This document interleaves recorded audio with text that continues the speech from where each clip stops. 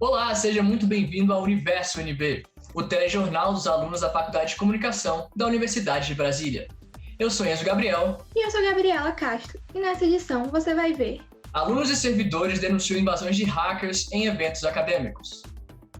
comunicólogos independentes saem às ruas para cobrir protestos sociais.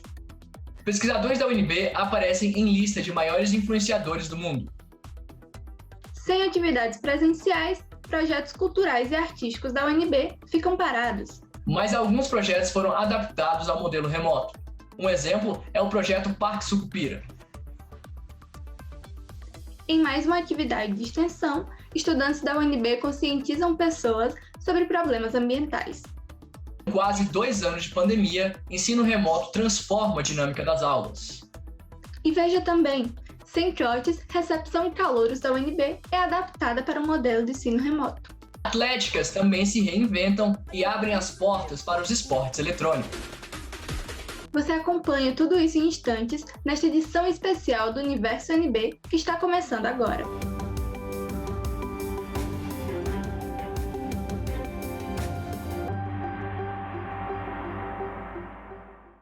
A necessidade de aulas remotas facilitou a ação de criminosos que atacam e invadem chamadas virtuais.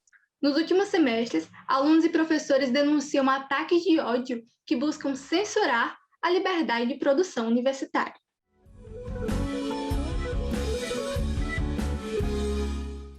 O dia que deveria ser marcado por celebração tornou-se um pesadelo na memória de Alain Montalvão. A sua apresentação de conclusão de curso foi interrompida e atacada. O trabalho do estudante discutia a presença de pessoas LGBTQIA+, no telejornalismo. Então, um reflexo, e tivemos o primeiro homem bissexual assumido na bancada mais importante do telejornalismo brasileiro, somente em 2019, como as diferentes sociedades viam a pessoa LGBTQIA+, ao longo da história. E aí essa pessoa começou a usar meio que uma voz robótica e a passar vídeos, tipo, tinha um vídeo queimando uma bandeira LGBT, tinha um vídeo de pessoas sendo espancadas, que, enfim, pelo contexto da bandeira sendo queimada, me fez acreditar que eram pessoas LGBT. Então, e eles também estavam falando coisas sobre o meu tema em si, não era, eu acredito, pelo menos, que não era sobre mim, mas sobre o meu tema, pela questão LGBT que o meu tema defendia. Segundo o estudante, os invasores podem ter acessado o link da reunião em uma tabela disponibilizada na internet, onde o calendário de apresentações ficava publicamente exposto. O Conselho da Faculdade de Comunicação da UNB divulgou nota em repúdio aos ataques. Na manifestação, a faculdade afirma que o ocorrido é uma forma de tentar intimidar a produção científica e afastar as pessoas e a temática LGBTQIA+, da produção de conhecimento. A denúncia foi levada à Secretaria de Tecnologia da Informação e ao gabinete da reitora. Alain aguarda as investigações e relata que foi ameaçado por meio das redes sociais. Sim, eu acho que o online abriu essa brecha, mas eu acho que é muito da internet, né? Ela é meio que um pouco uma terra... As pessoas acham que ela é uma terra sem lei. Outro caso, semelhante ao da Faculdade de Comunicação, ocorreu em agosto deste ano. Novamente, os alvos dos ataques foram discussões sobre temas como gênero e diversidade sexual. Gestora da Coordenação LGBT da Diretoria da Diversidade, Célia Maria relata ofensas e exposição de material pornográfico em um grupo de WhatsApp. O espaço que foi atacado buscava divulgar a conferência LGBTQIA+, da UNB. Porque me parece que esses grupos eles têm pessoas que são especializadas, né, nessa questão tecnológica e de interferir nessas atividades, né? E eles buscam exatamente atividades com essa temática, né, de gênero e diversidade sexual. A coordenadora da Diretoria de Diversidade relata que, mesmo no formato presencial, ocorriam manifestações de ódio, mas foi no ensino virtual que criminosos encontraram brechas para ataques mais incisivos. Tem sido recorrente, mas a gente imagina que nas atividades presenciais as pessoas elas não tinham esse espaço para poder entrar na atividade, né? Porque até então ninguém entrava em um um seminário ou em uma roda de conversa que a gente fizesse presencial, né? Então ninguém entrava para falar contra as pessoas que ali estavam, né? Ou para fazer alguma manifestação LGBTfóbica. A universidade foi comunicada do ataque, mas a diretoria ainda não tem informações sobre os envolvidos. Por meio de nota, a Secretaria de Tecnologia da Informação esclareceu que a UNB adota critérios de segurança próprios, além de recomendações de governos e agências de segurança. A única plataforma administrada pela UNB pertence à Microsoft.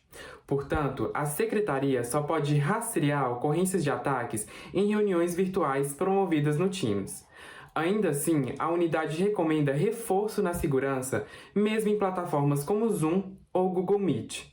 Dos maiores casos que a gente avalia, no caso de incidente, quase 100% deles foi má configuração, ou deixou o link público, e aí a pessoa só precisa clicar e entrar, né? E aí, assim, não chega a ser uma invasão, né? Foi má configuração mesmo, que permitiu, porque se você for configurar uma reunião, você consegue colocar para o detentor da reunião, o criador, ele autorizar ou não a pessoa a entrar, né? A universidade também oferece oficinas em relação à plataforma da Microsoft.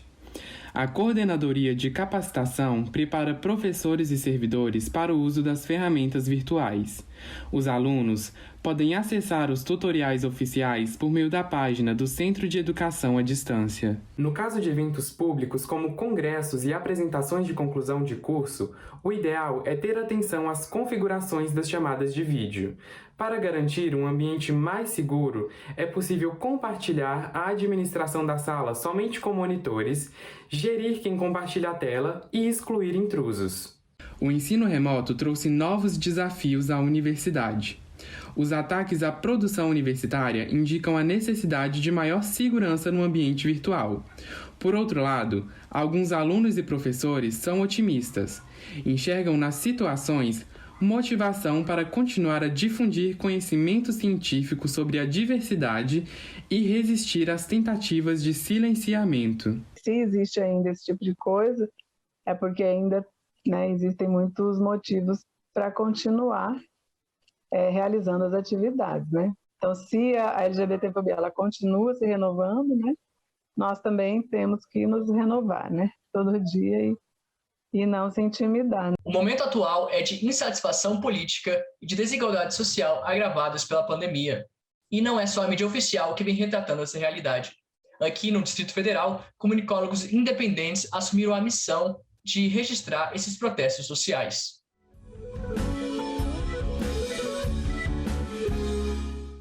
Um dos protestos acompanhados pelos comunicólogos independentes foi o acampamento indígena Luta pela Vida. Esse ato de mobilização nacional aconteceu em agosto deste ano. Entre os objetivos, buscaram denunciar atos de violência contra os povos indígenas e fazer pressão popular nas datas do julgamento do projeto de lei apelidado de Marco Temporal. O projeto afeta as demarcações das terras indígenas. Num dos dias de cobertura, a fotógrafa Juliana Uepa relata um momento que a impactou. Tinha umas pessoas gravando um documentário e eu estava conversando com o diretor e ele falou assim: nossa, olha que doido, né? Parece que a gente voltou no tempo. Parece que a gente está naquele período pré-FHC de novo, que as pessoas têm que lutar pelo básico. Nós queremos aqui, queimando o Bolsonaro, vamos queimar o preconceito, vamos queimar o racismo e vamos queimar o fascismo. A fotógrafa Gabriela Trajano busca levar informações e reflexões sobre a realidade brasileira. A derrubada da escolinha do Cerrado dos moradores na ocupação do CCBB em Brasília no mês de abril foi um momento marcante denunciado pela fotógrafa. Um dos moradores de rua começou a chorar, estava chorando muito, e aí eu fui conversar com ele. E ele estava segurando a maquete da escolinha, assim, e chorando, e ele falando: essa escola era a única esperança que meu filho tinha, e isso me impactou muito, eu comecei a chorar muito. Enquanto isso, a tropa de choque estava, jogando bomba atrás, enfim, o caos atrás. E ele chorando, e a única coisa que eu pude fazer nesse momento foi dar um abraço nele. A desocupação tentou tirar 34 famílias da região do CCBB. A ação violenta e ilegal aconteceu no meio da pandemia, apesar de uma lei distrital proibir desocupações neste período. 3, 4 vezes na semana. Aí a gente fica nessa luta, eles derrubando, a gente fazendo, não tem pra onde ir. No documentário Tempo de Derruba, os moradores da ocupação CCBB contam suas trajetórias e sonhos e denunciam a violência do governo. Dirigido e roteirizado por Gabriela Daldegan e João Vasconcelos, o projeto quis dar espaço para os moradores contarem suas histórias. 34 famílias, 34 moradias, os senhores resolvem isso. 34 famílias, 18 crianças, para resolver toda a situação.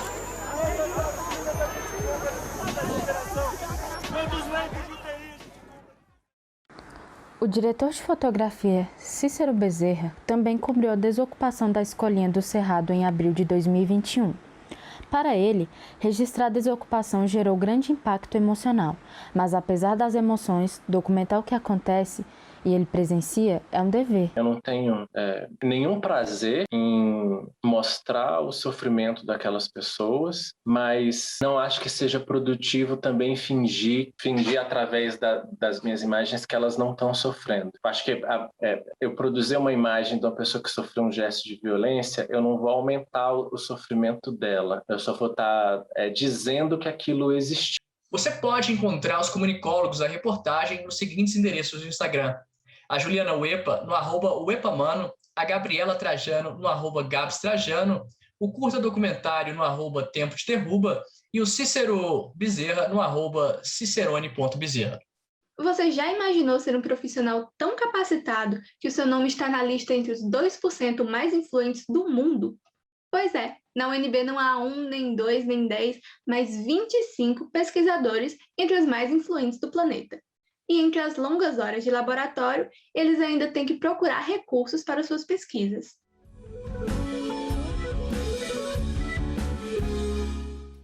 O Universo UNB foi conhecer um pouco mais sobre a rotina, os desafios e as situações inusitadas da vida de 3 dos pesquisadores da UNB, considerados entre os mais influentes do mundo, segundo a lista de 2019 da Universidade de Stanford. O professor Ricardo de Queiroz pesquisa a transmissão de imagens tridimensionais. Porém, o artigo que rendeu mais citações ao professor do Departamento de Ciências da Computação nem é o centro de suas pesquisas. Como as pesquisas não se prestam a um único fim, o conhecimento de Ricardo de Queiroz foi usado numa briga política entre republicanos e democratas nos Estados Unidos. O alvo foi a autenticidade da certidão de nascimento do ex-presidente Barack Obama. Acusando Obama de não ser americano, né? Aí o Joe Arpaio contratou um cara para dizer que era forjado, aí acabaram que não, porque foi feito em MRC, e foram procurar MRC, né? O que é isso? Mixed Raster Content. Aí só tem uma referência, foi lá no Wikipedia, pum, apareceu meu nome, aí vieram atrás de mim. Aí eu comecei a ter um monte de notícias, um monte de e-mails, um monte de gente, daqui a pouco eu sei que começaram a fazer perguntas técnicas, eu não entendendo o que estava acontecendo, aí eu fui respondendo, né? São as idas e vindas naturais das pesquisas. Sabe-se o ponto de partida. No entanto, no decorrer do processo, surgem novas descobertas. Também é comum aparecerem novos usos para a pesquisa. É o que pensa o professor Enio Marques Palmeira, titular do Departamento de Engenharia Civil e Ambiental. Não esperava, mas isso é natural da pesquisa, né? Você está focando num determinado alvo, digamos assim. E durante a atividade, a realização da pesquisa, você acaba, às vezes, descobrindo que aquele não é o alvo mais importante. Talvez aquele nem devesse ter sido o alvo inicial. A falta de financiamento atrapalha a execução das pesquisas científicas. Além disso, força adaptações para tornar possível a realização de projetos acadêmicos. Principalmente recursos, né? Recursos para desenvolver pesquisa, número de bolsas. Então, isso tudo impacta, digamos assim, negativamente os resultados, né? A quantidade de resultados que poderiam ser gerados, a quantidade de benefícios que poderiam ser gerados para a sociedade. Os brasileiros acabam tendo que ser criativos, né? e entusiasmados para tentar contornar essas dificuldades. Profissionais como a professora Sônia Nair Bal reconhecem que a falta de recursos não é um problema exclusivo da UNB, mas algo que afeta as universidades em geral. Existe um anseio por maiores investimentos em pesquisa. Estou há 34 anos aqui, muita persistência, Mas eu sei que isso não é uma característica específica da Universidade de Brasília. São das universidades brasileiras. As dificuldades maiores você tem liberdade para trabalhar, mas os desafios são muitos, né? A gente tem uma inconstância no financiamento da pesquisa no Brasil que é desesperador. O reconhecimento internacional é recebido com alegria pelos professores que fazem questão de lembrar que as pesquisas são trabalhos feitos em equipe. Não é que eu consegui alguma coisa, é que eu tenho feito alguma coisa. Sabe assim, tenho feito, trabalhado, e não sou só eu, é todos os meus alunos. Quanto à receita para o sucesso, a professora Sônia Bal oferece as medidas exatas, extraídas do laboratório onde atua há mais de 3 décadas. A paixão pelo aquilo que você faz, que vai determinar que você faça bem feito, que você seja feliz, que você goste, e se você gosta, o resultado vai ser bom. E ainda nesta edição do Universo UNB, você vai ver. Sem atividades presenciais, projetos culturais e artísticos da UNB ficam parados. No entanto, alguns projetos da UNB foram adaptados ao modelo do ensino remoto, como o projeto Parque Sucupira. Em mais uma atividade de extensão, estudantes da UNB estão conscientizando pessoas sobre os problemas ambientais. E veja também, com quase 2 anos de pandemia, o ensino remoto vem transformando a dinâmica das aulas. Sem trotes, a recepção dos calouros foi adaptada para o modelo de ensino remoto. E atléticas também se reinventam e abrem portas para os esportes eletrônicos. A gente volta já já.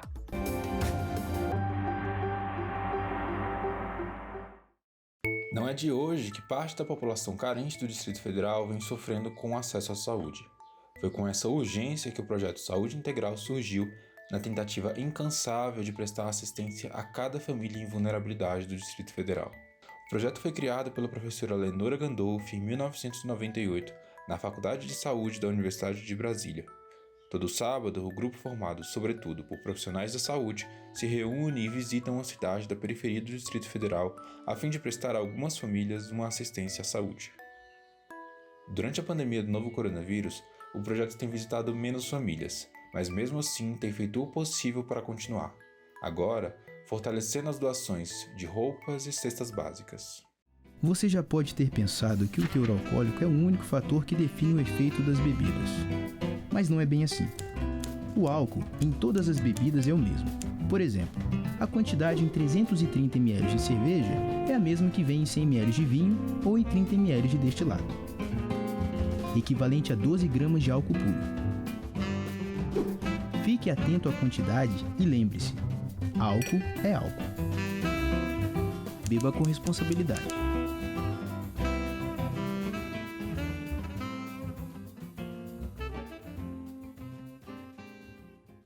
Empreendedorismo social é palavra de ordem para Enactus e alunos da UNB que participam dessa iniciativa internacional e sem fins lucrativos. Em parceria com comunidades do Distrito Federal, eles desenvolvem projetos e compartilham conhecimento para que os responsáveis possam seguir o gerenciamento de forma autossustentável no futuro. A experiência também marca a vida dos estudantes, que têm a oportunidade de trabalhar as habilidades de gestão, liderança e tornar esses cidadãos mais conscientes e comprometidos com ações de impacto social. Conheça mais sobre a atuação da Enactus UNB através de suas redes oficiais.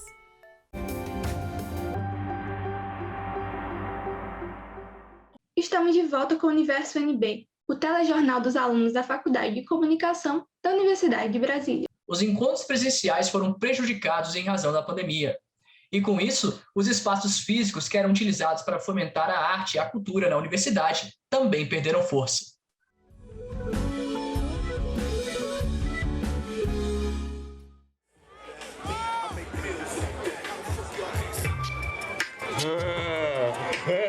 E aí, na moral, batalha clássica, beat clássico, joga a mão pra cima e vem só no... A Batalha da Escada é um evento de improvisos de rima e rap, que acontecia regularmente no Teatro de Arena da Universidade de Brasília. Em abril de 2015, mais ou menos, teve 2 colegas, que é o André Good o Pedro Além. Os dois, eles acabaram se reunindo com alguns amigos embaixo daquela mangueira que tem em frente ao Teatro de Arena, que era possível de fazer uma batalha pela quantidade de pessoas. E aí marcaram para a semana seguinte, naquele mesmo lugar, para fazer uma batalha. Em 2018, o evento foi formalizado como um projeto de extensão universitária pela professora Márcia Marques. Além disso, a Batalha da Escada deu origem à disciplina de tópicos especiais pela Faculdade de Comunicação. Marca a grande virada da batalha, assim, como um projeto. É essa transformação num projeto de extensão. Porque a gente tinha, até então, a gente até era bem organizado, tinha uma gestão, reunião semanal e tal, só que a gente tinha essa dificuldade de estar longe da instituição UNB. Aí o projeto de extensão, ele é a grande virada no momento em que a Márcia Marques, que é a professora da Faculdade de Comunicação, ela se candidata a ser a orientadora do projeto. A escada do Teatro de Arena era totalmente tomada pelos estudantes. A organização calcula que, em média, 400 pessoas assistiam toda semana às apresentações. A minha história com a Batalha da Escada, ela vem desde antes de eu começar a frequentar. Eu moro na periferia, né? Eu moro na Ceilândia, eu moro no Pôr do Sol, mais especificamente. Então a Batalha da Escada acaba que não era uma batalha muito acessível para quem é daqui, porque muito longe, muito ônibus, muito tarde para voltar para Ceilândia também. Então a minha história com a escada, ela começou quando eu ainda consumia muita batalha online. Então assistia as batalhas do museu, assistia as batalhas da escada, mas eu comecei a ir para a escada mesmo quando eu entrei na UNB. E a partir daí eu passei a ir para a escada quase que religiosamente toda semana. Eu preferia chegar na UNB mais cedo, para não pegar trânsito. E aí, com tempo livre, assim, eu via que tinha essa movimentação da batalha, da escada, e aí eu comecei a frequentar. A batalha começou a se tornar um espaço de refúgio e acolhimento dentro da universidade. A poesia ali falada era o gás que os estudantes precisavam no meio de uma semana de muito estudo. Realmente era uma válvula de escape, tanto que acho que é muito simbólico, ser na quarta-feira às 6 horas, porque é exatamente o meio da semana para todo mundo.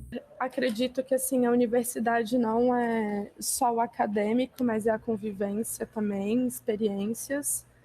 E na Batalha da Escada, eu acho que o rap, de uma forma geral, ele fala muito assim da realidade das pessoas, sabe?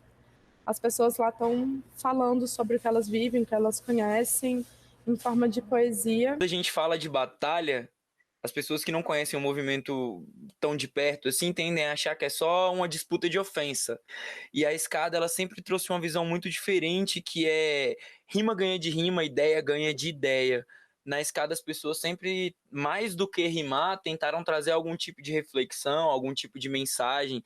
Então, as batalhas em si, principalmente a Batalha da Escada, me influenciaram nesse sentido, de mostrar que mais do que rimar, eu tenho algo a passar para alguém. Nem que seja um sentimento, uma reflexão, um pensamento próprio que pode gerar algum tipo de ação naquela pessoa. A escada é um movimento importante para a liberdade de expressão e criação de arte e cultura. Com a suspensão das aulas presenciais na UNB, que ocorre desde março de 2020, o coletivo que organiza a Batalha da Escada desenvolveu o projeto chamado Escada de Casa, que utiliza o Instagram e o YouTube para promover registros de batalhas debatendo e refletindo sobre temas variados, como saúde, políticas públicas, hip-hop, feminismo, movimento negro, arte e cultura, desigualdades sociais e, principalmente, a manutenção dos debates e do pensamento crítico típico do rap. E aí, terceiro então, vocês gritaram aí que tremeu aqui desse lado aqui, então grita aí pra nós então, pra dar um... Pode crer, aí. Aí, ó, esse lado aqui, e aí, tá todo mundo parado aí, por quê? É hip hop, bora. Para contornar a crise sanitária de Covid-19, alunos da UNB Planaltina desenvolveram novas ferramentas educacionais. Isso ocorreu no projeto Parque Sucupira e as novidades foram apresentadas na Semana Universitária.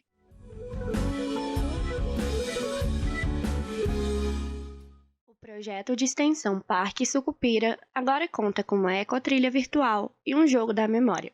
As ferramentas surgiram para adaptar a educação ambiental ao ensino remoto e divulgar curiosidades do bioma cerrado para os alunos da rede pública de Planaltina. Então, a gente traz no jogo de cartas a vegetação, alguns exemplares da vegetação, a gente traz a própria estrutura de gestão do parque, e a outra é a trilha virtual. Fizemos também, então a gente foi replicando a trilha, aí o pessoal vai parando, contando, explicando. Tem um estudante que vai de bicicleta, que aí ele faz a trilha completa, rapidinho, porque os vídeos têm que ser curtos, né? A estudante de gestão ambiental, Samila Neres, faz parte do projeto desde 2019 e participou da produção da trilha virtual. O objetivo é remeter o público a uma experiência de uma trilha presencial. Olha só, gente, tá dando para ver as abelhinhas com pólen nas suas patinhas. Então quer dizer que o enxame tá forte. Entrada de pólen. Não foi fácil chegar nesse resultado. Os estudantes que trabalham no projeto tiveram que lidar com a falta de colaboradores e de recursos de filmagem. Samila conta que os estudantes precisaram reformular todo o projeto para evitar o encerramento da iniciativa. A gente não tem equipamentos, por exemplo, de filmagem. Então, as trilhas que a gente está fazendo é do próprio celular. Muitos alunos não sabem editar vídeo, não sabem colocar legenda. Então, a gente está fazendo essa gestão de conhecimento mesmo para estar conseguindo aplicar o projeto, né? No formato presencial, os membros do projeto faziam trilhas pelo parque com os alunos do ensino fundamental e apontavam a diversidade da fauna e flora do Cerrado para estimular a conscientização ambiental. A gente levava eles nos principais pontos assim do parque, né? Lógico, onde a grama estava mais cortadinha, sempre buscando a segurança de todo mundo com água, protetor solar, tênis. A gente às vezes fazia um piquenique ao ar livre. Ia pontuando, fazendo uma trilha mesmo com os alunos, dando algumas características de plantas, de fauna, de flora. A professora Regina Saraiva, uma das coordenadoras do projeto, apresentou as novidades ao lado dos alunos durante o segundo e terceiro dia da semana universitária. Mas eu acho que o aspecto mais importante é de salientar como que essa proposta foi construída a partir dos estudantes, dos extensionistas, né? Revelando, então, qual é o potencial do trabalho da extensão universitária. Agora, o objetivo é encontrar uma forma de implementar as novas ferramentas ao ensino nas escolas. O próximo passo é conversar com as professoras, apresentar para elas, ver se é isso mesmo. Nós estamos chamando para que elas participem da semana universitária, porque aí a gente ajusta o jogo e vamos brincar virtualmente com as crianças na escola. A Universidade de Brasília está repleta de projetos de extensão que abrem as portas para os estudantes colocarem todo o seu conhecimento em prática. O Bio na Rua é um deles.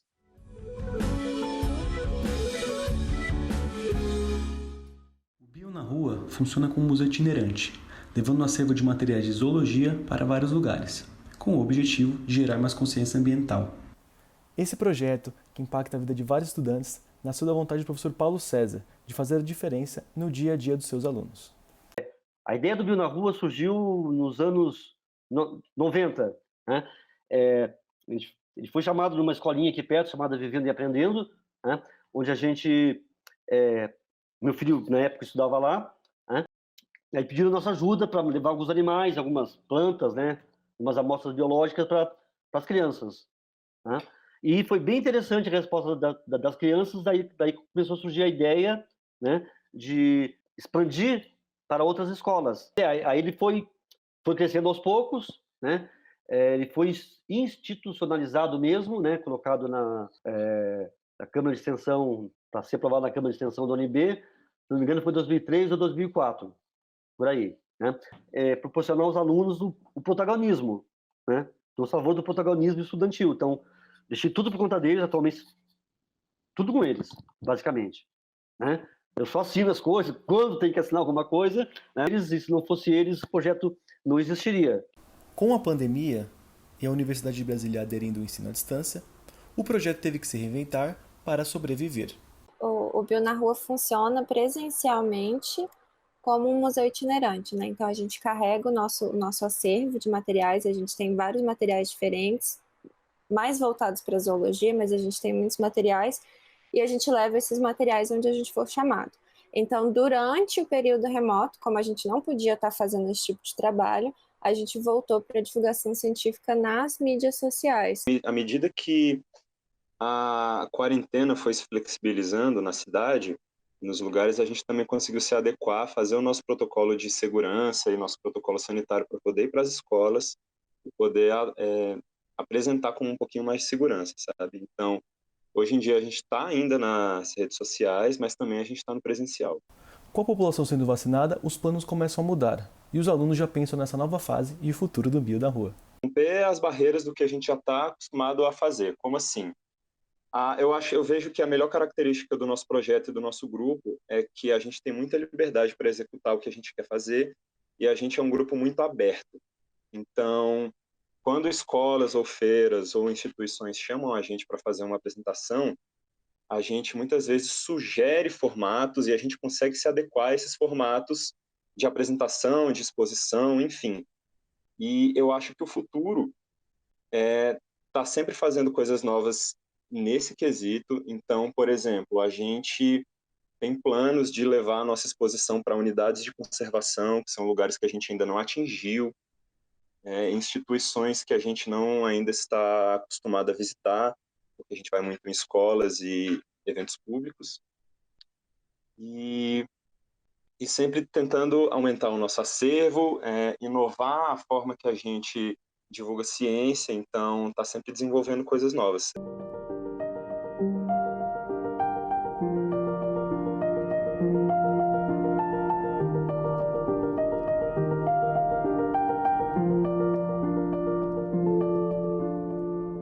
E veja a seguir. Com quase 2 anos de pandemia, o ensino remoto transformou a dinâmica das aulas. Sem trotes, a recepção dos calouros foi adaptada para o modelo de ensino remoto. E atléticas também se reinventaram e abriram as portas para esportes eletrônicos. A gente volta já já.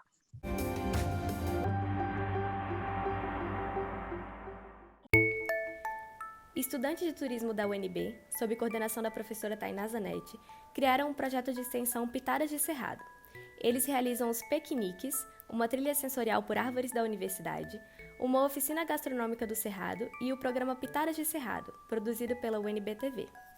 Devido à pandemia, as ações passaram a ser realizadas remotamente. E agora você pode conhecer um pouquinho sobre a cagaita, a lobeira ou mesmo o jatobá em uma trilha virtual de dentro da sua casa. Outras informações sobre a savana brasileira e como utilizar os seus frutos para produzir receitas deliciosas estão no Instagram do Pitadas. É muito importante que o Cerrado seja conhecido para ser preservado. Então, o nosso pedido de hoje é: conheça o Cerrado. Olá, primeiramente, bem-vindos ao Flora e Fauna. Eu cheguei aqui há alguns dias e já consegui fazer amigos. Grandes amigos. Os melhores. Alguns são bem novos e outros um pouco velhinhos. Sei que aqui existem ótimos escaladores. E também aqueles que correm mais rápido que o vento. Mas todos somos perfeitos do nosso jeito. Felizmente, ainda existem pessoas boas no mundo e elas nos resgataram do abandono. O abrigo é incrível, porém ele já está lotado e precisamos de ajuda. Aceitamos doações de ração, medicamentos ou algum valor à sua escolha. Mas se quiser adotar, é só vir até o abrigo ou na feira de adoção, na 108 Sul. No fim, eu sei que não teria um dono, e sim um amigo.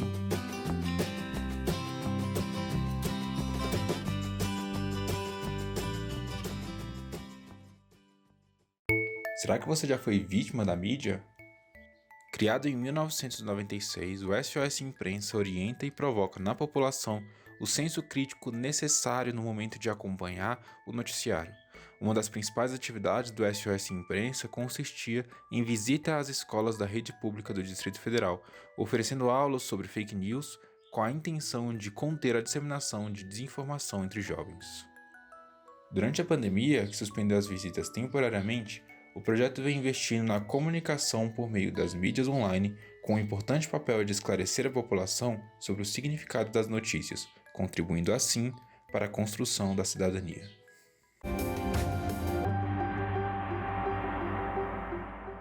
Em março de 2020, o governador do DF, Ibanez Rocha, decretou a suspensão das aulas durante 5 dias em razão da Covid-19. A medida acabou sendo prorrogada várias vezes e, bem mais de um ano depois, a retomada das aulas ainda não foi totalmente concluída.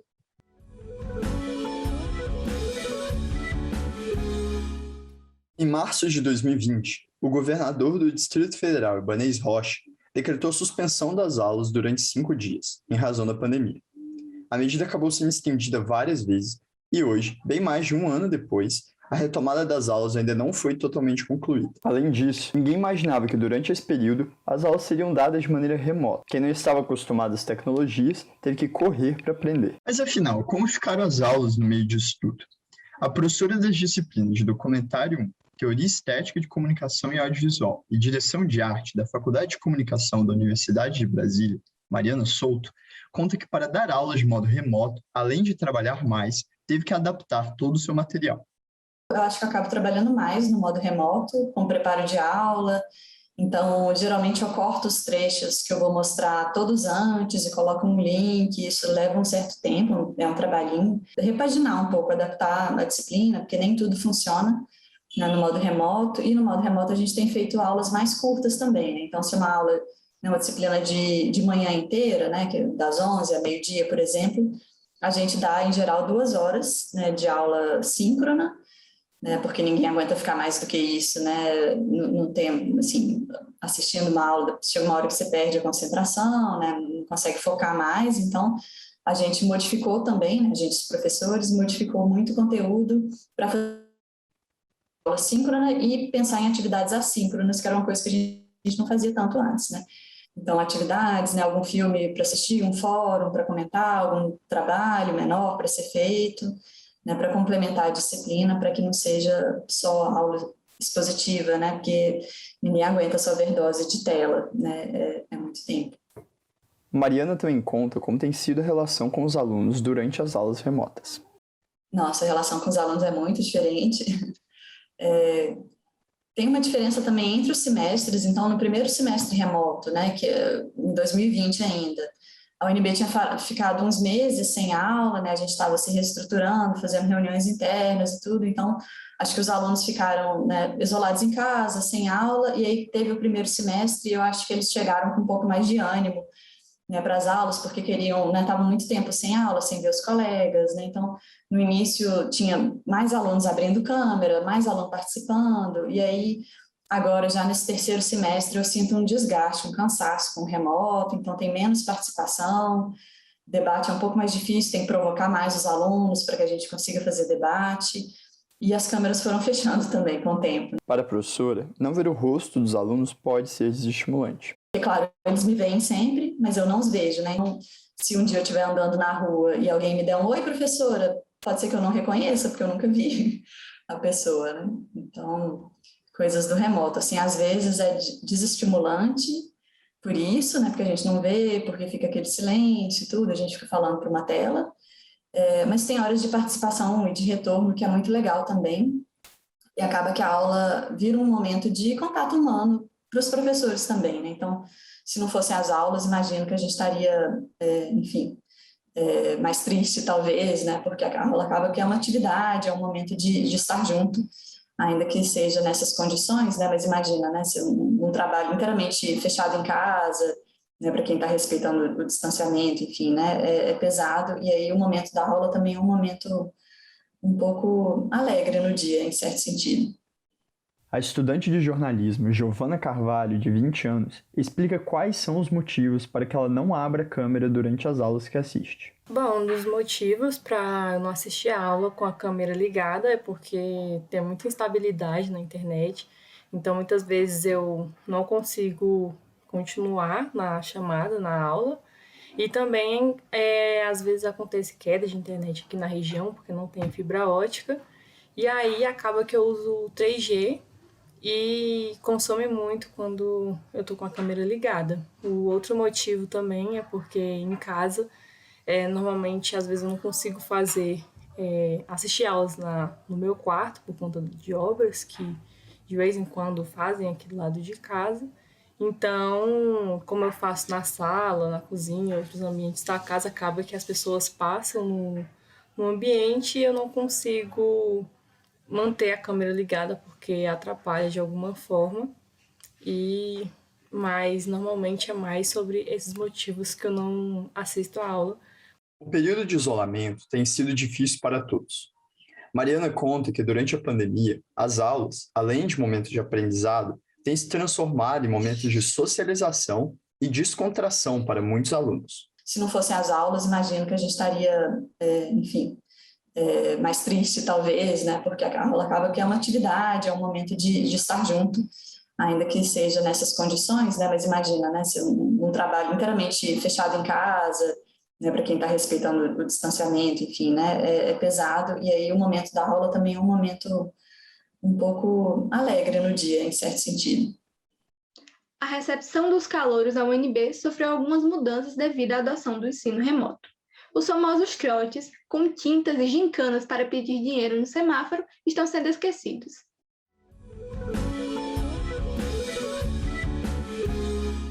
Além de ser divertida, a festança é importante porque insere os calouros no ambiente universitário. Mas esta não é a realidade de hoje. O contato físico foi totalmente trocado pelo virtual. Daiane dos Santos, calouro de Educação Física, foi uma das alunas que vivenciaram o novo modelo de recepção, realizado principalmente por meio de videochamadas organizadas pelos veteranos. Eles divulgaram em todo canto que eles pudessem divulgar. Divulgaram toda hora no grupo mandava mensagem chamando, falando, a gente é tal dia, vocês vão. E começava a brigar já. No contexto de ensino remoto, os centros acadêmicos, que representam os alunos na universidade, têm papel importante na recepção dos novos estudantes. Na Faculdade de Comunicação, o CACOM é responsável por organizar eventos esportivos e de integração.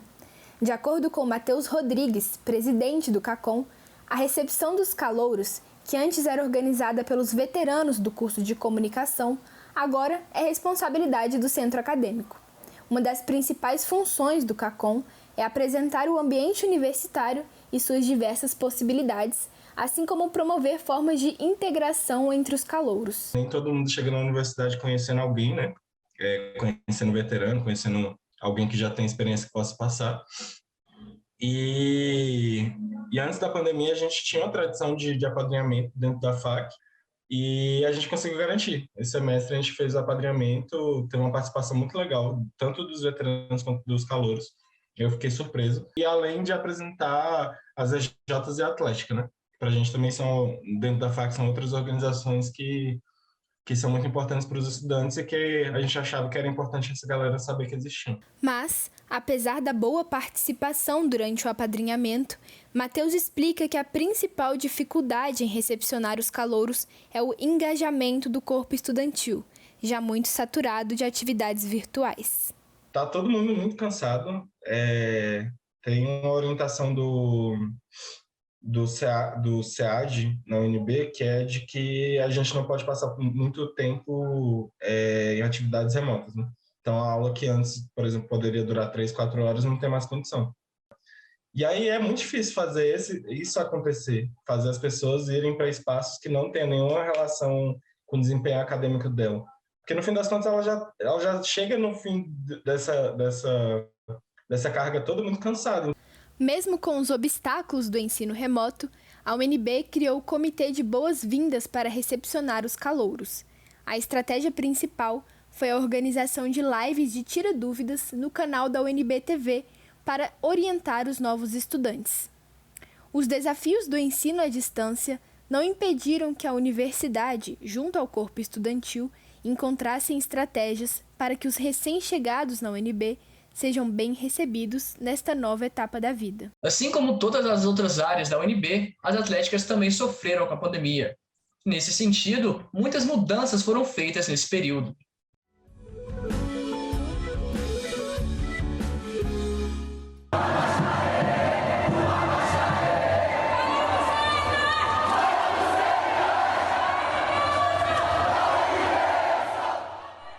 As atléticas são os grupos esportivos da UNB organizados pelos alunos. Eles podem receber créditos extras ou horas complementares, importantes para o aluno se formar. Tradicionalmente, os integrantes preparam treinos, participam de jogos e campeonatos e realizam festas abertas para toda a universidade. Isso tudo, é claro, quando as atividades eram presenciais.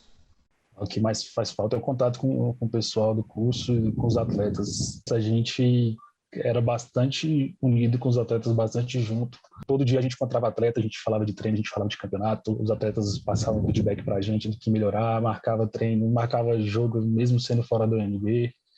Isso fez bastante falta para a gente. Nos tempos de pandemia, as atléticas precisaram se adaptar. Os treinamentos viraram exercícios em casa.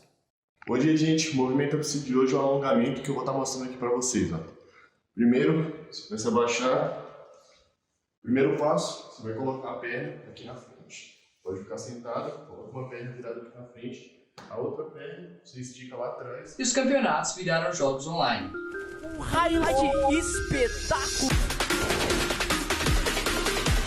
Foi um baque gigantesco, não pode mais ter festa, não pode mais ter evento, então a gente se moldou a isso. O CIMA, por exemplo, a gente transformou ele num campeonato online, então em vez de ter futsal, handball e etc, a gente colocou LOL, CS, Valorant, xadrez, então a gente teve que fazer algumas substituições. Esses jogos online são chamados de e-sports, termo em inglês que significa esporte eletrônico, mas não é todo mundo que considera tais jogos realmente um esporte. Pode não ser um esporte físico, né? Mas assim, o nome já diz e-esporte, é para ser algo sobre tecnologia, sobre desenvolvimento eletrônico. Ele pode não estar desenvolvendo talvez uma resistência física ou esse tipo de coisa que normalmente é já automático quando você se conecta a esporte, você conecta a fazer exercícios e etc. Mas os esportes eletrônicos, eles desenvolvem muitas outras áreas, como por exemplo a área da cognição, a área da atenção, ato reflexo, e coordenação motora também em múltiplas funções, que são áreas do cérebro que talvez não sejam estimuladas de outras formas. Então, é muito benéfico para a pessoa e para a saúde mental dela, tanto quanto seriam esportes normais, por assim dizer. Agora, imerso nesse mundo das atléticas, os jogadores de e-sports também farão parte dessa atmosfera.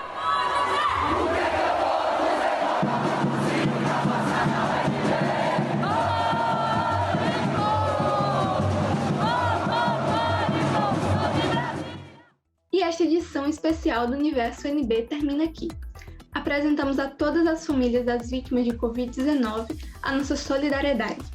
Apesar das dificuldades, realizamos o Universo UNB com sucesso, pois essa iniciativa precisa e vai continuar. Muito obrigada pela audiência e até a próxima. Até a próxima. Tudo muda como a lua,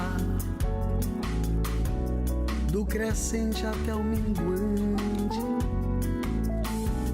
Tudo muda a todo instante. O sol que agora se põe vai nascer lá no horizonte.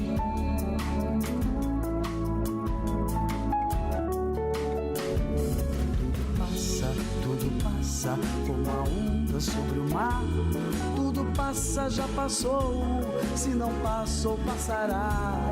Tudo passa como a onda sobre o mar. Tudo passa, já passou. Se não passou, passará.